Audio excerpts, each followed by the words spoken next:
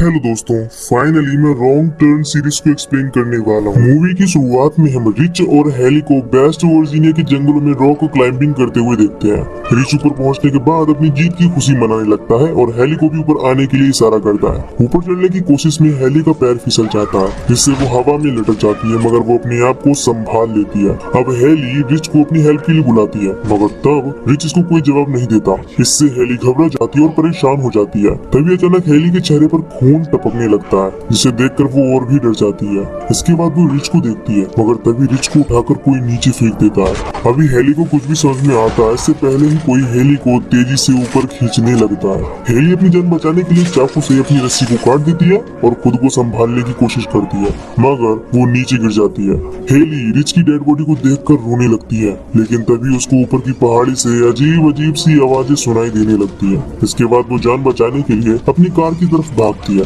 मगर तभी हेली का पैर एक कटीले तार में फंस जाता है और वो नीचे गिर जाती है। इसके बाद वहाँ से हेली को कोई खींचकर अपने साथ ले जाता है। इसके बाद मूवी का सीन शिफ्ट होता है और हम क्रिस को देखते हैं, जो कि जॉब इंटरव्यू के लिए जा रहा था, मगर रास्ते में वो ट्रैफिक में फंस जाता है। अब खुद को मीटिंग के लिए लेट होता हुआ पाकर क्रिस अपनी कार से उतरकर आगे वाले ट्रक के ड्राइवर से ट्रैफिक के बारे में पूछता है। ट्रक ड्राइवर उसे बताता है कि 5 मील दूर एक केमिकल का ट्रक पलट गया है, जिसको साफ होने में कई घंटे लग सकते हैं। अब क्रिस परेशान होकर अपनी कार में आ जाता है और खुद को ट्रैफिक से बचाने के लिए अपनी गाड़ी को पीछे की ओर घुमा लेता है। वो कंपनी में कॉल करके अपने लेट होने की खबर देता है, मगर पहाड़ी इलाका होने की वजह से नेटवर्क नहीं मिल पाता और कॉल कट जाती है। इसके बाद क्रिस कॉल करने के लिए फोन ढूंढता हुआ एक गैस स्टेशन पर पहुंचता है, जहां पर उसे ढेर सारी गाड़ियां दिखाई देती हैं। इस गैस स्टेशन के मालिक को देखने पर ऐसा लगता है मानो ये बीमार हो। खैर, क्रिस अपनी गाड़ी से उतरकर वहां के फोन से कंपनी में कॉल करने की कोशिश करता है, मगर फोन खराब होने की वजह से वो कंपनी को कांटेक्ट नहीं कर पाता।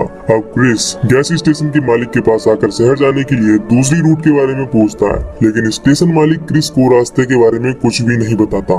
तभी क्रिस की नजर वहाँ दीवार पर लगी एक मैप पर पड़ती है, जिसमें क्रिस को शहर पहुँचने के लिए एक कच्चा रास्ता दिखाई देता है। अब क्रिस उस कच्चे रास्ते के बारे में स्टेशन मालिक से पूछकर वहाँ से निकल जाता है। अब क्रिस ड्राइविंग करते हुए घने जंगलों से गुजरता हुआ एक इंटरसेक्शन पॉइंट पर पहुंचता है, जहां पर उसे वियर माउंटेन रोड का एक बोर्ड दिखाई देता है। यहाँ पर वो अपनी गाड़ी रोककर कुछ देर सोचता है और फिर शॉर्टकट लेने के लिए कच्ची सड़क को पकड़ लेता है। वो इस रास्ते में एक जगह किनारे पर एक मरे हुए हिरन को भी देखता है, जिसे देखने के चक्कर में क्रिस की कार सामने रोड पर लगी हुई एक कार से टकरा जाती है, जिससे इन दोनों कारों का एक्सीडेंट हो जाता है, मगर क्रिस को कोई चोटें नहीं लगती है और वो सुरक्षित बच जाता है। दोनों गाड़ियों के टकराने की आवाज सुनकर यहाँ पर कुछ कपल्स आ जाते हैं और क्रिस का हाल पूछते हैं। दरअसल ये कार उनकी ही थी, जो कि कैंपिंग ट्रिप के लिए यहाँ पर आए हैं। क्रिस भी अपनी गलती को मान लेता है और उनसे सॉरी बोलता है और उनको नुकसान का मुआवजा देने के लिए भी कहता है। इसके बाद क्रिस उनसे बीच सड़क में कार को खड़ी करने का रीजन पूछता है, तो उनमें से एक लड़की, जिसका नाम फ्रेंसी है, वो बताती है कि किसी ने बीच सड़क में कंटीला तार फेंक दिया था, जिससे उनकी कार का टायर फट गया। तभी यहाँ पर जैसी आती है और कहती है कि यह सब किसी ने जानबूझकर किया होगा। अब जैसी पिछले गैस स्टेशन पर जाकर हेल्प के लिए कॉल करने के बारे में सोच रही थी, मगर किसी ने बताता है कि मैं वहीं से आ रहा हूँ और वहाँ का फोन खराब है। अब क्योंकि गाड़ियां खराब हो गई थी, इसीलिए ये लोग पैदल ही अकेले जाकर मदद लाने के बारे में सोचते हैं, मगर इवान और फ्रेंसी नहीं जाते हैं और वो गाड़ियों की देखभाल करने के लिए यहीं पर रुक जाते हैं। अब रास्ते में इन लोगों को एक मरा हुआ नेवला मिलता है, लेकिन इनको सब कुछ नॉर्मल लग रहा था और ये लोग यहाँ से आगे बढ़ जाते हैं। यहाँ से कुछ दूर आगे जाने के बाद इन लोगों को कुछ जलते हुए टायर दिखते हैं। इनको लगता है कि यहाँ पर कोई आदमी होगा, मगर वहाँ पर कोई नहीं था। क्रिस को यहाँ पर कुछ अजीब लगता है और वो इनसे आगे बढ़ने के लिए बोलता है। अब दूसरी तरफ हम इवान और फ्रेंसी को देखते हैं। इवान को जब झाड़ियों में कुछ हलचल सी महसूस होती है, तो वो देखने के लिए जाता है। फ्रेंसी इवान को वहाँ पर ना पाकर बहुत ही ज्यादा परेशान हो जाती है, जिसके बाद फ्रेंसी इवान को ढूंढने के लिए निकल जाती है। इवान को खोजने के दौरान फ्रेंसी को इवान के एक जूता मिलता है। इसके बाद फ्रेंसी और भी घबरा जाती है। तभी फ्रेंसी की नजर इवान के कटे हुए कान पर पड़ती है, जिसे देखकर वो बहुत सन्न रह जाती है और रोने लगती है।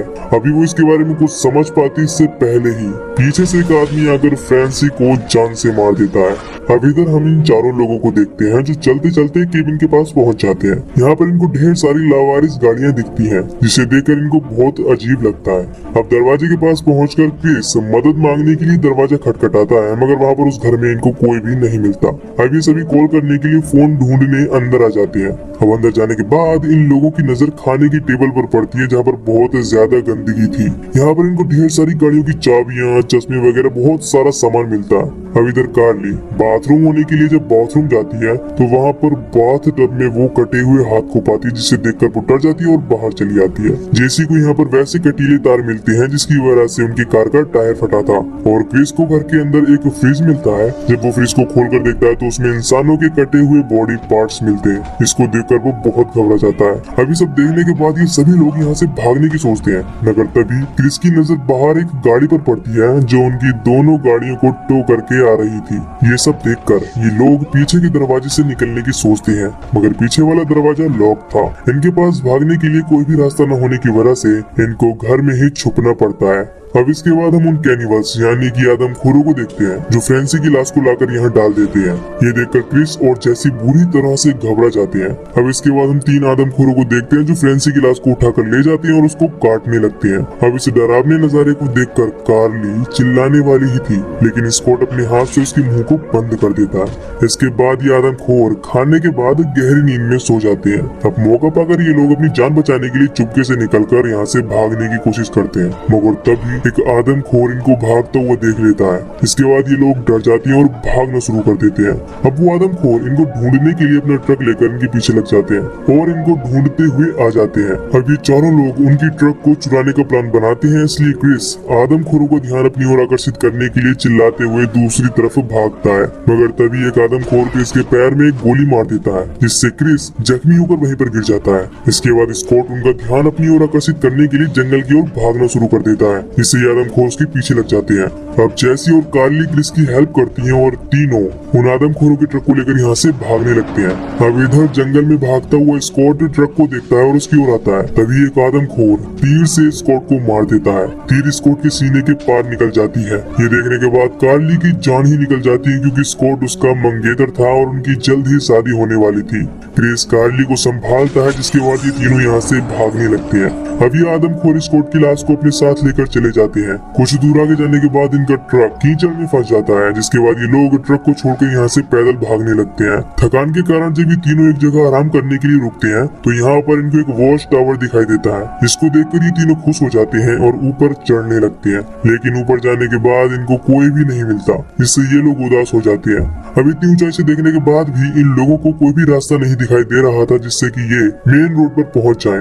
जेसी को यहाँ पर फर्स्ट एड बॉक्स मिलता है, जिससे वो क्रिस के जख्म की मरहम पट्टी करती है। तभी कार्ली को यहाँ पर एक रेडियो मिलता है। ये लोग रेडियो को ऑन करके उस पर मदद मांगते हैं, लेकिन उनको कोई भी रिप्लाई नहीं मिलता। तभी क्रिस की नजर नीचे घूम रहे आदमखोरों पर पड़ती है। अब वो तीनों आदमखोर इस टावर पर चढ़ने लगते हैं। अब क्रिस वहाँ पर रखे हुए सामानों को टावर के एंट्री गेट पर रख देता है, जिससे वो ऊपर नहीं आ पाते। अब कार्ली एक बार फिर से रेडियो पर हेल्प मांगने की कोशिश करती है, मगर तभी आदमखोर रेडियो की वायर को तोड़ देते हैं और टावर को भी आग लगा देते हैं। इसके बाद कार्ली अपनी जान बचाने के लिए वहाँ पर पड़े एक बॉक्स से टावर की खिड़की को तोड़ देती है। तभी क्रिस को वहाँ पर नीचे पेड़ की डाली दिखाई देती है। इसके बाद ये तीनों अपनी जान बचाने के लिए एक एक करके उस पेड़ की डाली पर कूद जाते हैं, लेकिन आदमखोर इन्हें देख लेते हैं और मारने के लिए ऊपर चढ़ने लगते हैं।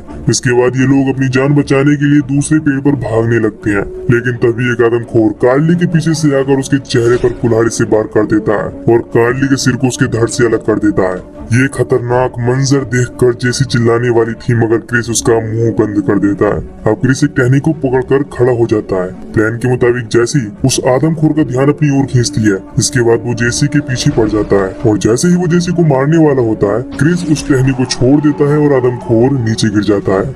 इसके बाद ये दोनों यहाँ से भागकर एक झरने के पीछे छिप जाते हैं, जहाँ पर जेसी अपनी दोस्तों की मौत से बहुत अपसेट हो जाती है और रोने लगती है, मगर क्रिस उसको दिलासा देकर चुप कराता है और इसके बाद ये दोनों सो जाते हैं। सुबह होने पर ये दोनों रास्ता खोजने के लिए निकलते हैं, तभी आदमखोर यहाँ आकर फिर से अटैक कर देते हैं, जिससे क्रिस नीचे गिर जाता है। लेकिन जेसी को वो पकड़ लेते हैं और अपने साथ लेकर चले जाते हैं। तभी क्रिस यहाँ पर आती हुई एक पुलिस जीप को देखता है। वो मदद मांगने के लिए उस जीप को रोकता है। अब क्रिस इस शेरिफ को समझाने की कोशिश करता है कि जंगल में आदमखोर लोग मंगल कर रहे हैं, यानी कि वो लोगों को मारकर खाते हैं और मेरे भी कुछ दोस्तों को उन्होंने बेरहमी से मार दिया है। पर शेरिफ कहता है कि ठीक से बताओ तुम कहना क्या चाहते हो। अब इतने में ही एक बदमाश आदमखोर शेरिफ की आँखों में तीर मार देता है, जिससे शेरिफ यहीं गिर पड़ता है।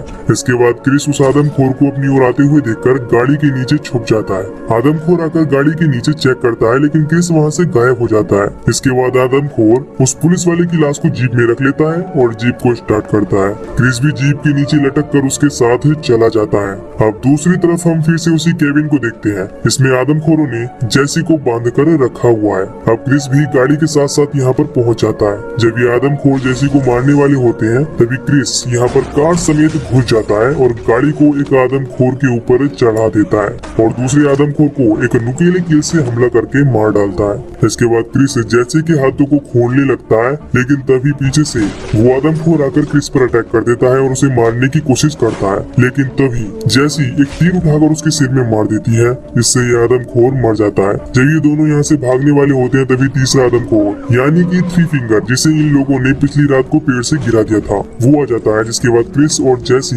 दोनों मिलकर इसको भी मार डालते हैं। अब ये दोनों एक बंदूक के साथ बाहर आते हैं और क्रिस गाड़ी के फ्यूल टैंक को निशाना बनाकर उसको ब्लास्ट कर देता है, जिससे इन आदमखोरों के केबिन के परखच्चे उड़ जाते हैं और ये तीनों आदमखोर मारे जाते हैं। इसके बाद ये दोनों एक ट्रक को लेकर गैस स्टेशन पर जाते हैं। गैस स्टेशन का मालिक ट्रक को देखकर डर जाता है और वो दरवाजा बंद कर देता है, क्योंकि उसे लग रहा था कहीं ये वही आदमखोर तो नहीं। लेकिन ट्रक से क्रिस उतरता है और वहाँ पर लगे हुए मैप को लेता है। जिसके बाद ये दोनों रॉन्ग टर्न से बचकर राइट टर्न पर निकल जाते हैं और इस तरह ये दोनों बच जाते हैं और यहीं पर ये मूवी खत्म हो जाती है। मगर इसके बाद हमें पोस्ट क्रेडिट सीन में दिखाया जाता है कि एक पुलिस वाला उसी जगह पर पहुंचता है जहाँ पर क्रिस ने उन तीनों आदमखोरों को मारा था। ये पुलिस वाला इस जगह को देखने लगता है, तभी एक आदमखोर पीछे से आकर यानी कि थ्री फिंगर उस पुलिस वाले को कुल्हाड़ी से जान से मार देता है और हमें यहाँ पर पता चलता है कि एक आदमखोर यानी थ्री फिंगर जिंदा बच गया है और यहीं पर ये मूवी खत्म हो जाती है।